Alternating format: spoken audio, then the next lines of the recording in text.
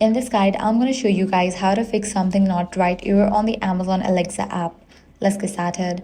The very first thing you want to do is first restart the app. For that, launch the Amazon Alexa app, launch App Switcher, close the app, then relaunch it.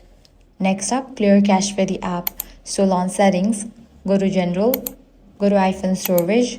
From the list of apps, find Amazon Alexa and launch it. Click on Offload app, confirm it, click on Reinstall.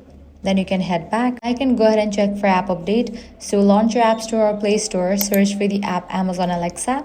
Once app appears, if you see the option of update, click on it and update the app to its latest version. Check whether your device is connected to any VPN service or not. If you are connected, disable it. Now try to access Amazon Alexa website. For that, launch your preferred browser. Head over to the website alexa.amazon.com. Finally, if none of these methods work, the problem may be caused by a temporary Amazon server issue. To check that, navigate to the website Down Detector, search for Amazon. Now, if you found out any outages over here, wait until the problem will be restored from the end.